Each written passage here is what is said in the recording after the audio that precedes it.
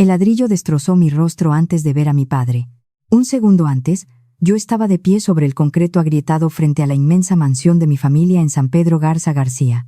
Llevaba puesto un vestido azul claro, comprado especialmente para la cena donde planeaba anunciar la fecha de nuestra boda.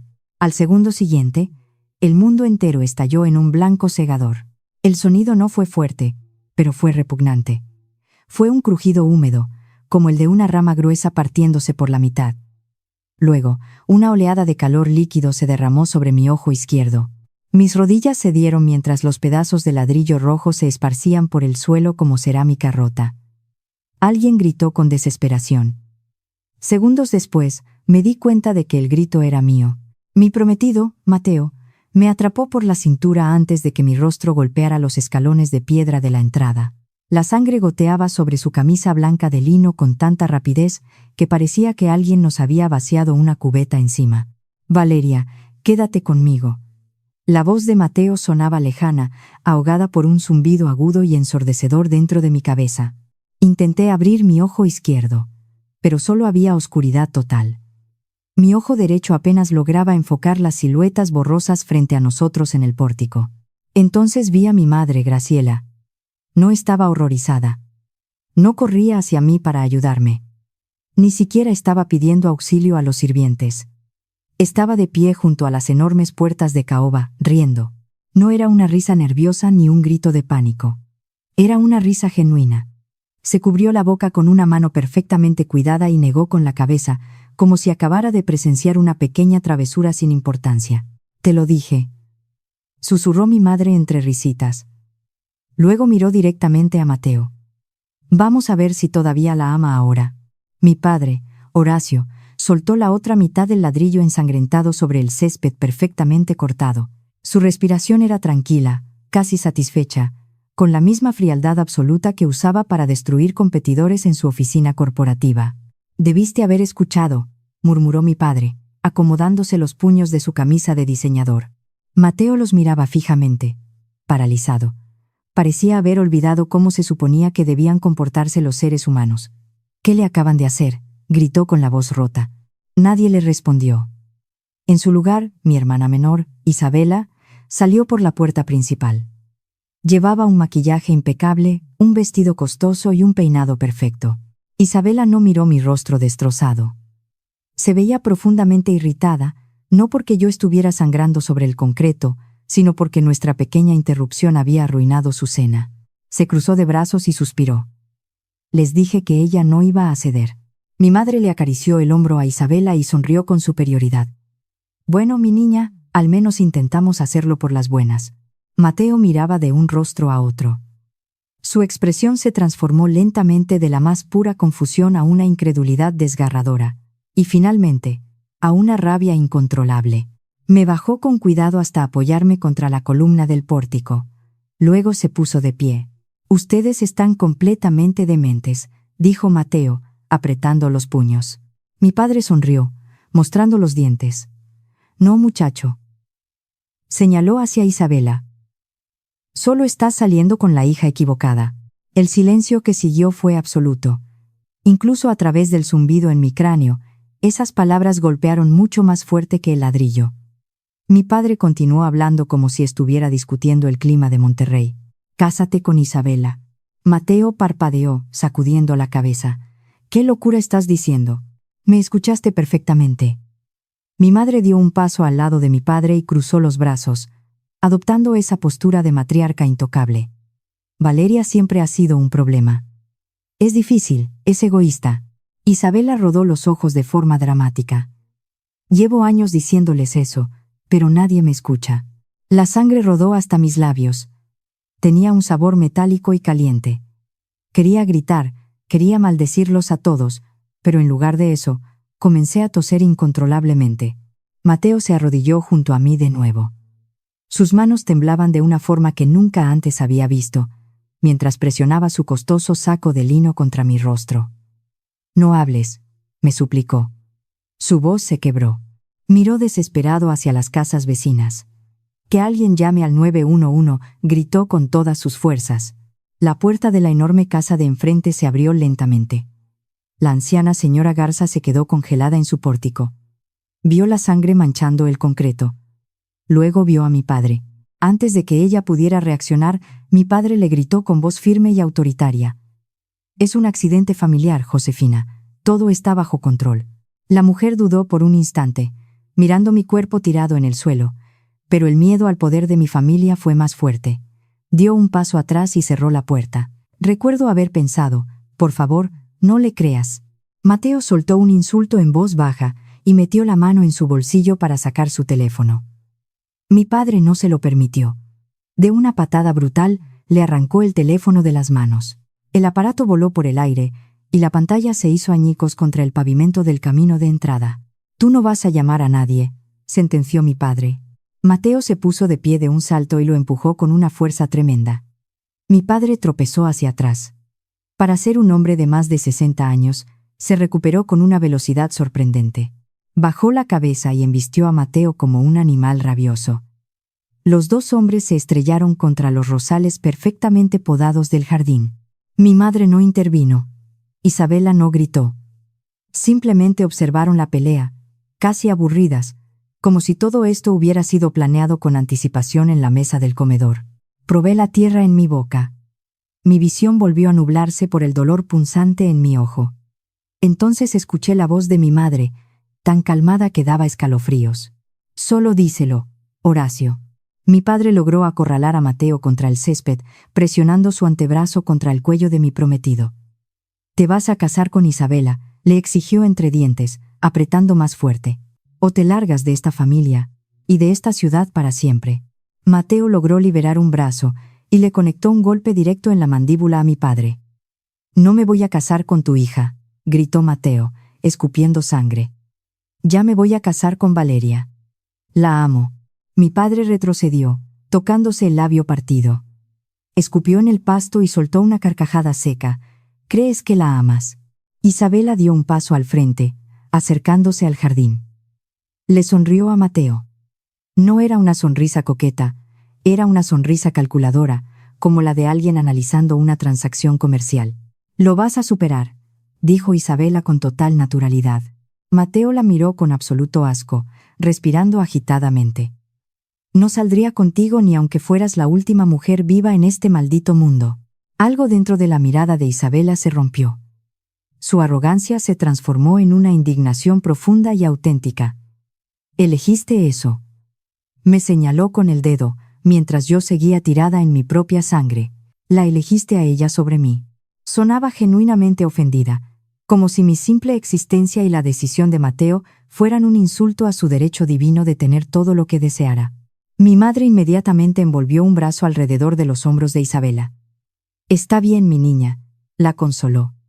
Luego fulminó a Mateo con la mirada. Ya se dará cuenta de que tomó la decisión equivocada. Incluso estando apenas consciente, mi estómago se retorció. No por el dolor físico, sino porque nada de esto era nuevo. Solo era más grande, mucho más violento y definitivo. El favoritismo en mi casa había comenzado antes de que yo pudiera recordarlo. Si Isabela quería mis juguetes, se convertían en suyos. Si Isabela rompía algo de valor, yo tenía que pedir perdón. Si Isabela fracasaba en la escuela, yo trabajaba el doble para que mis padres pudieran presumir al menos de una hija, mientras en secreto le daban a ella todas las recompensas. Cuando gané una beca universitaria por mi propio esfuerzo, mi padre dijo que yo era egoísta por no dejarle esa oportunidad a alguien más necesitado. Cuando Isabela abandonó la universidad, después de un solo semestre, mi madre dijo que la niña solo estaba buscando su verdadero camino. Pero nunca, ni en mis peores pesadillas, imaginé que ese desprecio se convertiría en esto: un ladrillo. Mi propio padre, mi propio rostro destrozado en el suelo de la casa donde crecí. Mateo finalmente logró quitarse a mi padre de encima. Corrió desesperado hacia la calle, agitando los brazos frenéticamente al ver acercarse una camioneta de trabajo. El vehículo frenó con un chirrido ensordecedor. Un electricista de cabello canoso y uniforme sucio saltó de la cabina. Echó un solo vistazo a mi rostro ensangrentado y se llevó las manos a la cabeza. «Dios santo». «Llamen a una ambulancia», gritó el hombre. El electricista no dudó ni un segundo. Sacó su teléfono celular.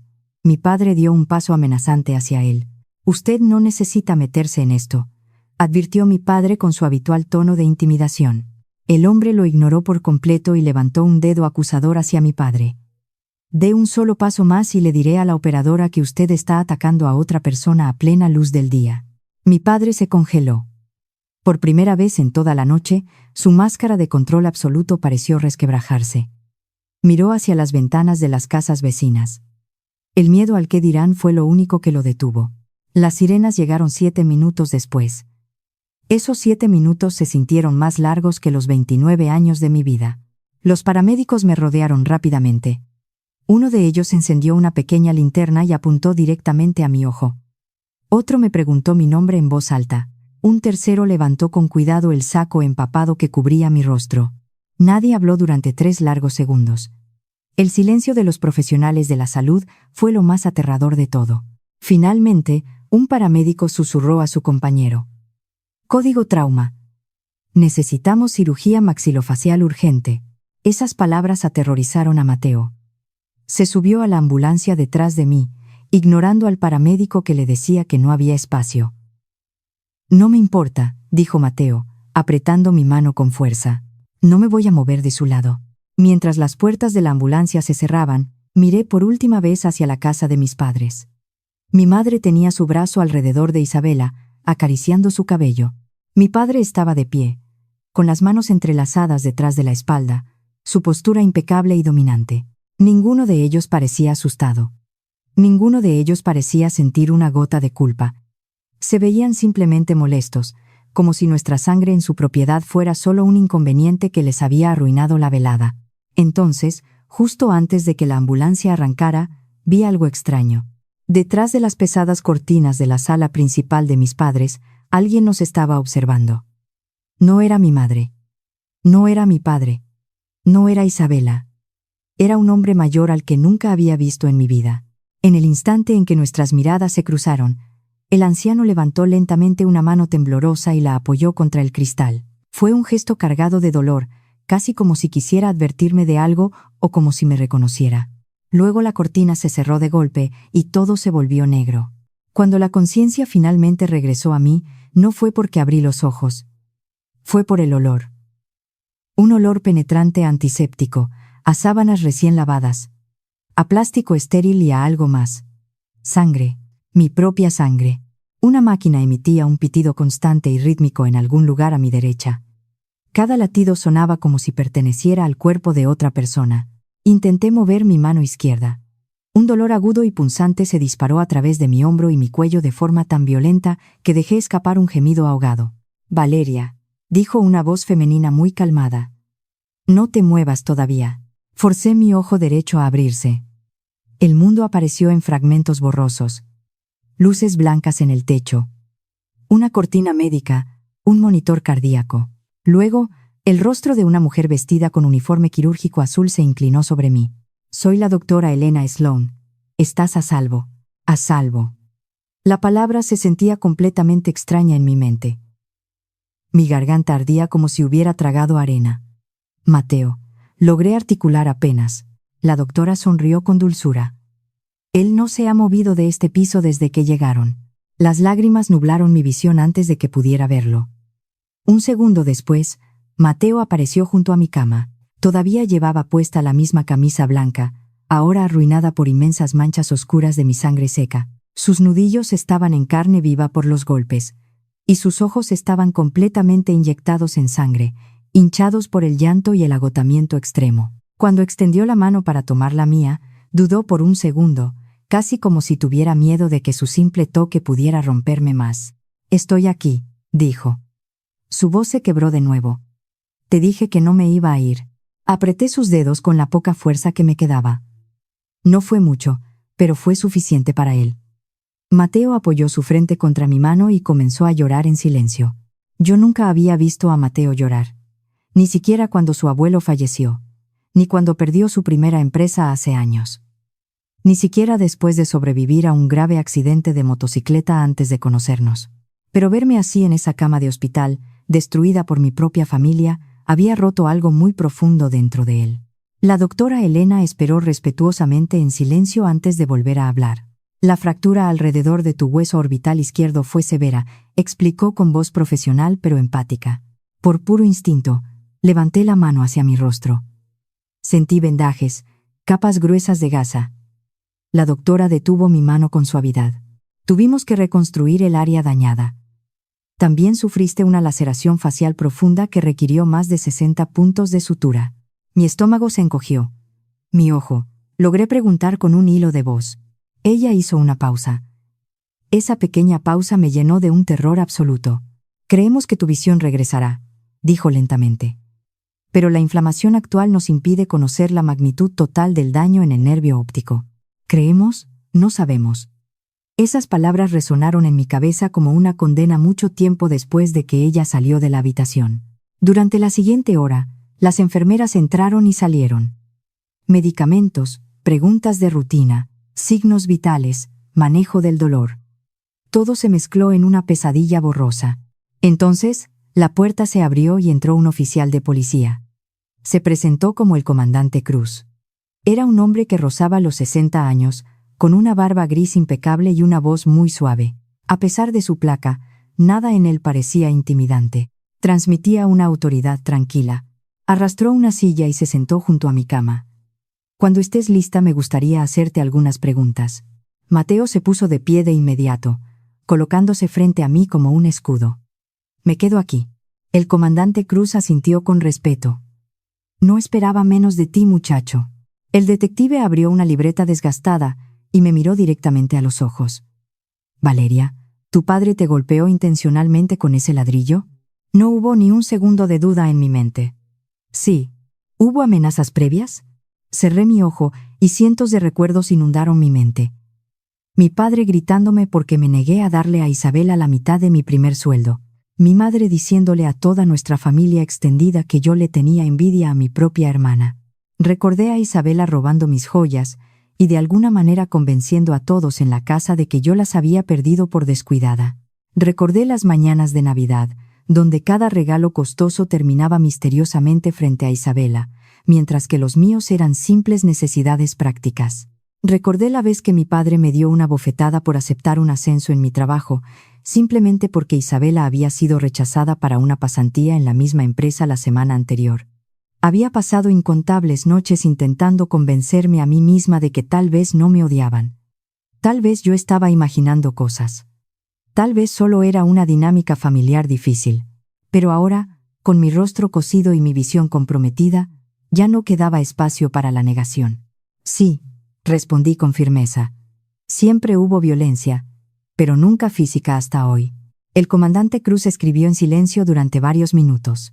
El rasgueo de su bolígrafo era el único sonido en la habitación. Luego levantó la vista y preguntó algo que me tomó por sorpresa. ¿Por qué tu padre quería obligar a tu prometido a dejarte? Miré hacia Mateo. Él asintió lentamente. Era hora de decir la verdad. Dinero, respondí. El detective me miró con curiosidad. Explícate. Tomé una respiración lenta y dolorosa. Hace 3 meses, Mateo vendió su empresa de construcción. Cruz asintió. Lo sé. Se convirtió en un hombre sumamente rico de la noche a la mañana. Mateo se movió incómodo, cruzando los brazos. Prefiero no discutir números específicos. El detective respetó su límite. No necesito la cantidad exacta, solo necesito el motivo. Mis padres se enteraron por accidente. Continué. Todo ocurrió en una carne asada organizada por unos vecinos de la colonia. Mi padre escuchó sin querer a alguien felicitando a Mateo por la venta millonaria de la empresa. Ese día, mi padre le sonrió a Mateo por primera vez en meses. Esa misma noche, nos invitó a cenar. Fue la primera cena familiar en casi 2 años a la que nos convocaron formalmente. Al principio, fui tan ingenua que creí que esto era un intento de sanación. Pensé que por fin habían aceptado a Mateo. En cambio, mi madre pasó toda la comida haciendo preguntas indiscretas sobre sus fondos de inversión. Mi padre le preguntó repetidamente si planeaba comprar propiedades comerciales en la zona industrial. Y de repente, Isabela se volvió increíblemente interesada en cada palabra que salía de la boca de Mateo. Se rió a carcajadas de chistes que había ignorado durante años. Le tocaba el brazo y el hombro cada vez que hablaba. Elogiaba su reloj, el corte de su traje, su sonrisa, absolutamente todo. En el camino de regreso a casa esa noche, Mateo se había reído con incomodidad. «Creo que le agrado mucho a tu hermana», me dijo. Yo también me reí.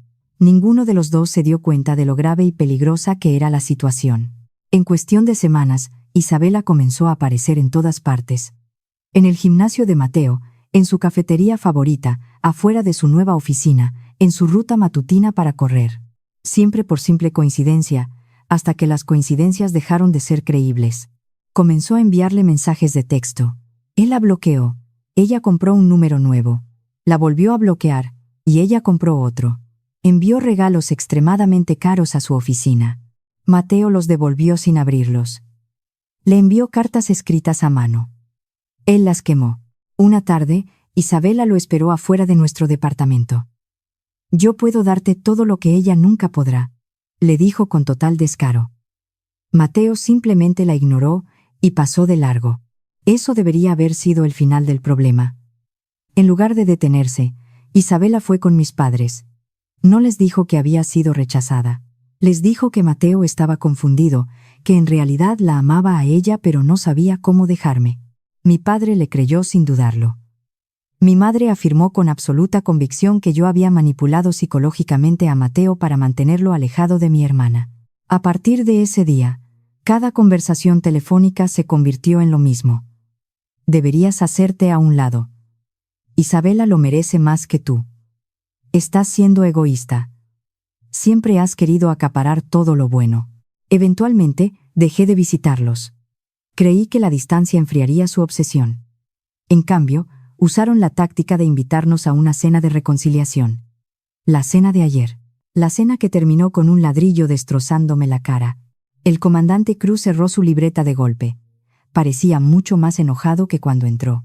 Entonces, este ataque brutal estuvo directamente conectado con su intento de forzar a su prometido a iniciar una relación con su hermana menor. «Sí», respondí. Mateo añadió en voz baja, con amargura. Realmente creyeron que desfigurando el rostro de Valeria, me daría asco y la abandonaría. El detective miró al suelo durante varios y tensos segundos. En 29 años de carrera policial en esta ciudad, suspiró pesadamente. He investigado a algunas de las familias más podridas y oscuras. Levantó la vista hacia mí. Esta está entre las peores. Justo en ese momento, alguien golpeó la puerta. Una joven enfermera asomó la cabeza con expresión de pánico. «Detective, hay 3 visitantes en la recepción exigiendo ver a la señorita Valeria». Mi corazón se desplomó en el pecho. El comandante frunció el ceño. «Nombres». La enfermera revisó rápidamente su tabla. Horacio, Graciela e Isabela. Mateo se puso de pie al instante, con los puños apretados. «No van a entrar aquí». La enfermera suspiró con evidente alivio. «Esperaba que usted dijera eso». Pero antes de que ella pudiera salir a detenerlos, una voz potente y furiosa hizo eco desde el pasillo del hospital. «Valeria, era mi padre. Ya has avergonzado suficiente a esta familia». Cada conversación en las habitaciones cercanas se detuvo de golpe. Incluso a través de la puerta cerrada de mi cuarto, sus gritos autoritarios eran inconfundibles. Mi madre se unió al escándalo. «Venimos a perdonarte, Valeria. ¿Dónde estás?» «Perdonarme». El descaro era tan irreal que casi me hizo reír. La voz chillona de Isabela siguió. «Nos debes una disculpa por hacer que papá se enojara tanto». Mateo caminó furioso hacia la puerta. El comandante Cruz lo detuvo con un brazo firme. «Yo me encargo de esto, muchacho». El detective salió al pasillo. La puerta quedó ligeramente entreabierta. Yo no podía ver todo lo que pasaba, solo sombras proyectadas en la pared blanca, pero escuchaba perfectamente. «Ustedes 3 necesitan irse de inmediato», dijo la voz tranquila pero gélida del detective Cruz. Mi padre respondió al instante, usando su tono de presidente corporativo. «Esa es mi hija. Tengo todo el derecho». «No», respondió Cruz cortante. «Esa es la víctima». Hubo un silencio largo y pesado. Luego, mi padre soltó un ladrido indignado. «¿Víctima?» Ella arruinó el futuro de su hermana. La paciencia del comandante desapareció por completo. Ya tomé su declaración oficial. Otro silencio. Luego mi padre soltó una carcajada burlona, creyéndose intocable por su estatus en San Pedro. «¿De verdad le crees a ella? Solo es una niña berrinchuda». La respuesta de Cruz fue tan fría que pareció congelar el aire del pasillo. También he hablado con 6 testigos presenciales. 6. Yo solo recordaba al electricista que se había detenido. ¿Quiénes eran los otros? Mi madre de repente sonó nerviosa, perdiendo su tono altanero. ¿Qué testigos? El detective comenzó a enumerarlos con calma letal. El electricista, los paramédicos, el médico de urgencias, la cirujana de trauma, y un vecino de enfrente que grabó los últimos 4 minutos del incidente con una cámara de seguridad de alta definición. Silencio. Un silencio absoluto y asfixiante. El terror a perder su reputación finalmente los había alcanzado. Luego, escuché a Isabela susurrar algo que no alcancé a entender. Mi padre le respondió con 2 palabras que hicieron que la sangre se me helara en las venas. «Bórralo todo». La voz del detective se endureció de inmediato. «Gracias, Horacio». Mi padre sonó genuinamente confundido. «¿Por qué me das las gracias?» «Por dar una orden de destrucción de evidencia frente a 3 oficiales de policía». El sonido de botas pesadas llenó el pasillo. Alguien comenzó a leer en voz alta los derechos legales. El clic metálico de las esposas cerrándose resonó con claridad. Mi madre comenzó a gritar histéricamente sobre sus abogados. Isabela estalló en llanto, exigiendo que no arruinaran su vestido de diseñador. Mi padre gritaba enfurecido que todo esto era un maldito malentendido y que los haría despedir a todos. Luego, justo antes de que se los llevaran arrastrando hacia los elevadores, la voz de un hombre mayor hizo eco por el corredor. «He esperado 26 años para que alguien finalmente lo detuviera». Todos guardaron un silencio sepulcral. Miré hacia la puerta entreabierta. El mismo anciano que había visto detrás de la cortina de la sala estaba de pie al final del pasillo. Apoyaba su peso en un bastón de madera y sostenía un maletín de cuero desgastado en la otra mano. No estaba mirando a la policía. No estaba mirando a mis padres. Me estaba mirando fijamente a mí. Luego, el anciano dio un paso hacia mi habitación y dijo en voz baja: «Creo que por fin es hora de que sepas quién soy realmente». El pasillo quedó en un silencio tan profundo que podía escuchar el suave zumbido de las luces fluorescentes. El anciano esperó pacientemente hasta que los oficiales metieron a mis padres y a Isabela en los elevadores. Mi padre se retorció todo lo que las esposas metálicas le permitieron y le gritó enfurecido que se alejara de mí. Ramiro no se inmutó. En cambio, le respondió con una sonrisa cansada, diciendo que ya se había alejado durante demasiado tiempo. Las puertas del elevador se cerraron y sus voces desaparecieron. Por primera vez en mi vida, no hubo más gritos, ni acusaciones de arruinar el honor familiar, ni nadie diciéndome que todo era mi culpa. Solo había paz. El comandante Cruz volvió a entrar en mi habitación con paso lento. Me preguntó en voz baja si yo conocía a este hombre. Negué lentamente con la cabeza. El anciano se quitó su gorra descolorida, revelando su cabello plateado. Dijo que su nombre era Ramiro. Ese nombre no significaba absolutamente nada para mí. Él notó mi confusión de inmediato. Miró al comandante Cruz y le preguntó si podía tener unos minutos a solas conmigo. El detective lo estudió cuidadosamente. Le advirtió que cualquier cosa dicha en esa habitación podría formar parte de una investigación criminal oficial. Ramiro asintió, afirmando que lo entendía a la perfección. Después de una breve pausa, el comandante salió al pasillo. Cuando la habitación se vació, Mateo se quedó firme junto a mi cama. Ramiro le sonrió y le pidió que se quedara. El anciano arrastró la silla más cerca y se sentó con un esfuerzo visible. La artritis había torcido las articulaciones de sus dedos, pero había algo increíblemente firme y lúcido en sus ojos. He ensayado esta conversación durante más de 20 años, me confesó con voz ronca. Tragué saliva, sintiendo el ardor en mi garganta. Le pregunté quién era realmente. Su mirada se desvió hacia la ventana de la habitación del hospital. Fui el mejor amigo de tu abuelo, don Arturo. La declaración me tomó por sorpresa. Mi abuelo había muerto antes de que yo naciera. Sabía que era el fundador de la maderería que había originado la fortuna familiar, pero nada más. Ramiro metió una mano temblorosa en su maletín de cuero desgastado. Sacó una fotografía antigua, protegida dentro de una funda de plástico transparente. La imagen mostraba a 2 hombres jóvenes cubiertos de aserrín y sudor, riendo frente a una bodega a medio construir. Uno de ellos era inconfundiblemente el abuelo que yo solo había visto en retratos al óleo. El otro era Ramiro. Él me llamaba su hermano, dijo Ramiro, con la voz quebrada. Mi garganta se apretó. Le dije que mis padres jamás lo habían mencionado. Ramiro suspiró profundamente y respondió que no podían hacerlo, porque mi padre, Horacio, se había encargado de borrarlo de nuestras vidas. Fruncí el ceño, confundida. Le pregunté por qué haría algo así. La expresión de Ramiro se oscureció de inmediato. Tu abuelo era el hombre más bondadoso que he conocido. Cuando supo que tu madre estaba embarazada de ti, construyó una cuna de madera de arce con sus propias manos. Imaginé esa escena sin querer. Madera lisa, estrellas talladas a mano. Un abuelo emocionado por recibir a su primera nieta. Le pregunté qué había pasado con esa cuna. Ramiro bajó la mirada. Horacio la quemó. Parpadeé, incrédula. Mateo apretó mi mano con fuerza. Ramiro explicó que mi padre consideraba que tener hijas era un desperdicio de esfuerzo para el apellido y el linaje de la familia. El día que naciste, tu abuelo te sostuvo durante casi 1 hora, continuó Ramiro. Dijo que tú ibas a cambiar el destino de esta familia. Sentí que las lágrimas se acumulaban en mi ojo sano. Pero Ramiro negó con la cabeza y se inclinó hacia mí. Horacio solo quería un hijo varón, me dijo. Le recordé que Isabela tampoco era un niño. Ramiro sonrió con tristeza y contestó que eso no importaba. Tu padre siempre creyó que Isabela debió haber nacido primero. Él te culpaba a ti por el simple hecho de existir antes que ella. Esa frase sonaba absurda, pero de pronto, todo tuvo un sentido aterrador. Recordé cada cumpleaños, cada castigo, cada sacrificio.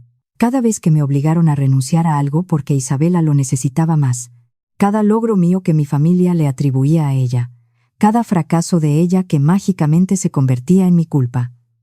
No era algo aleatorio. Nunca lo fue. Las palabras de Ramiro golpearon más fuerte que cualquier acto de violencia física. Había pasado años de terapia preguntándome qué había hecho mal para merecer su desprecio. La respuesta era nada. Yo simplemente había nacido antes que la hija que él decidió favorecer para proteger su ego de macho patriarcal. Mateo miraba a Ramiro horrorizado. Eso es una completa locura, susurró mi prometido. Ramiro asintió. Lo es. Y se puso mucho peor. El anciano abrió su maletín por segunda vez. Sacó un fajo grueso de sobres de papel, atados con un listón azul que había perdido su color con los años. Mi abuelo los había escrito. Estaban dirigidos a mí.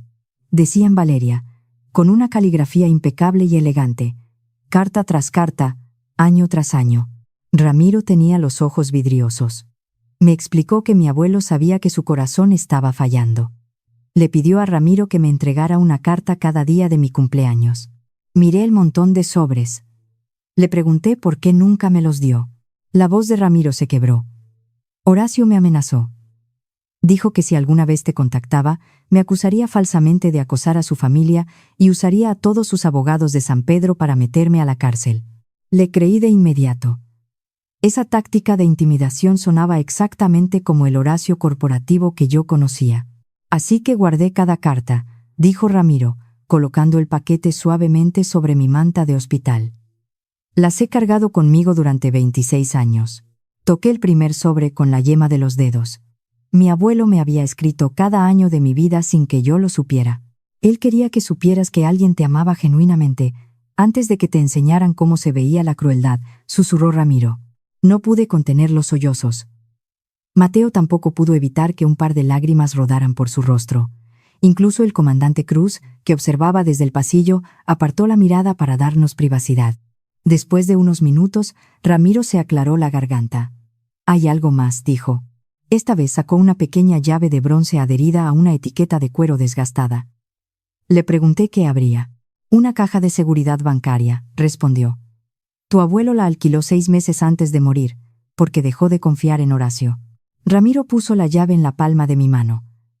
Sabía que algún día necesitaría saber la verdad para defenderte. En ese momento, el comandante Cruz entró de nuevo a la habitación. Su tono era diferente, mucho más urgente y analítico. Nos informó que la orden de cateo en la mansión de mis padres ya se había ejecutado. El asalto había sido presenciado por múltiples vecinos, pero los oficiales encontraron algo mucho más oscuro en la oficina privada de mi padre. Cruz abrió su libreta policial. Habían encontrado carpetas llenas de seguimientos financieros. Había fotografías de Mateo, horarios precisos, direcciones de sus propiedades, artículos de negocios y copias de sus entrevistas. Mi estómago dio un vuelco. Lo habían estado rastreando y vigilando durante meses, pero lo más incriminatorio, continuó el comandante, fueron las notas escritas a mano por mi madre. Eran planes detallados. El detective leyó directamente de la evidencia. Decía que si mi rostro cambiaba de forma permanente, Mateo se daría cuenta de cuál hermana valía la pena para construir un futuro en la alta sociedad. La mandíbula de Mateo se tensó con tanta fuerza que los músculos de su cuello resaltaron. Ellos planearon esto, dijo Mateo con voz ahogada por la rabia. Cruz asintió de forma sombría. Lo discutieron repetidamente en papel. Sentí un frío inmenso a pesar del calor de la habitación. Esto no había sido un estallido de ira. Mi padre no había tomado el ladrillo por accidente durante una discusión acalorada. Se habían sentado juntos. Habían evaluado las opciones, convencidos de que destruir mi rostro despejaría el camino financiero para Isabela. La frialdad de su cálculo dolía casi tanto como la herida en mi ojo. De repente, una enfermera entró apresurada, sosteniendo un teléfono inalámbrico. Dijo que la llamada venía transferida directamente desde la comandancia de policía y que era para mí. Todos intercambiamos miradas confundidas. Cruz frunció el ceño, asegurando que él no había organizado ninguna llamada. La enfermera me entregó el auricular. Con los dedos temblorosos, lo llevé a mi oído. Durante varios segundos nadie habló. Luego, la voz de una mujer susurró entre sollozos. Valeria. No me conoces, pero soy la hermana menor de tu padre. Soy tu tía Silvia. Me quedé paralizada. Nunca había escuchado ese nombre. Ni una sola vez en los álbumes familiares, ni en las Navidades, ni en las conversaciones. La mujer lloraba aún más fuerte.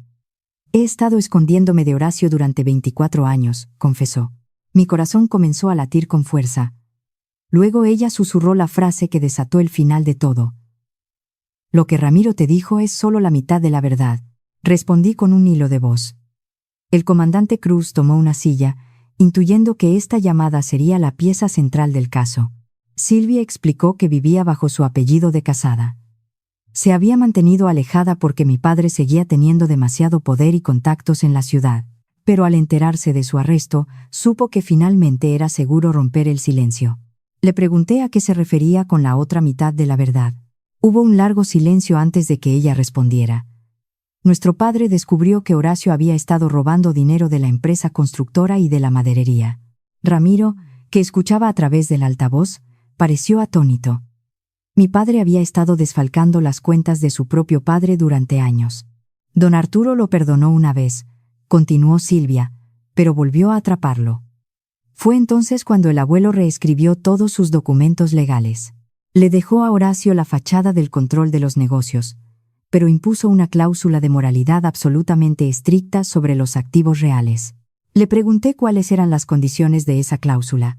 Si Horacio alguna vez era condenado por un delito grave, o si lastimaba intencionalmente a un miembro de su familia inmediata, perdería de forma automática cada propiedad, cuenta y fideicomiso de la familia. El detective Cruz levantó la vista de sus notas, fascinado por la jugada legal. Preguntó cuáles eran esos activos. Silvia respondió con precisión. El terreno comercial original, las bodegas industriales, una cabaña frente al lago, las cuentas de inversión corporativas y los derechos mineros. Todo valorado actualmente en poco más de 11 millones de dólares.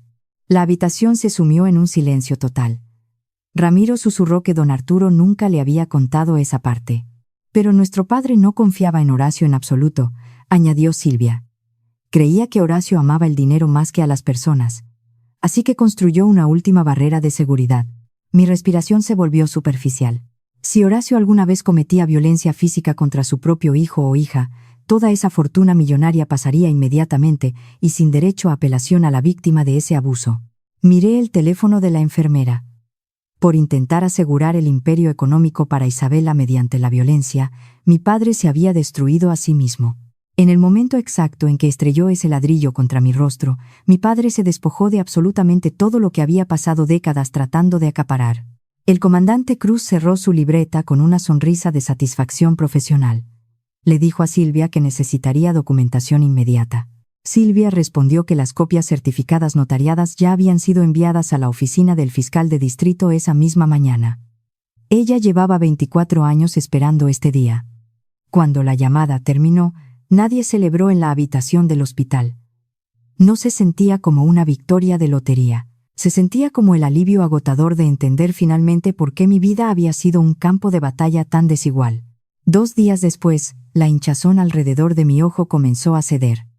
La doctora Elena entró con los resultados de mi última tomografía.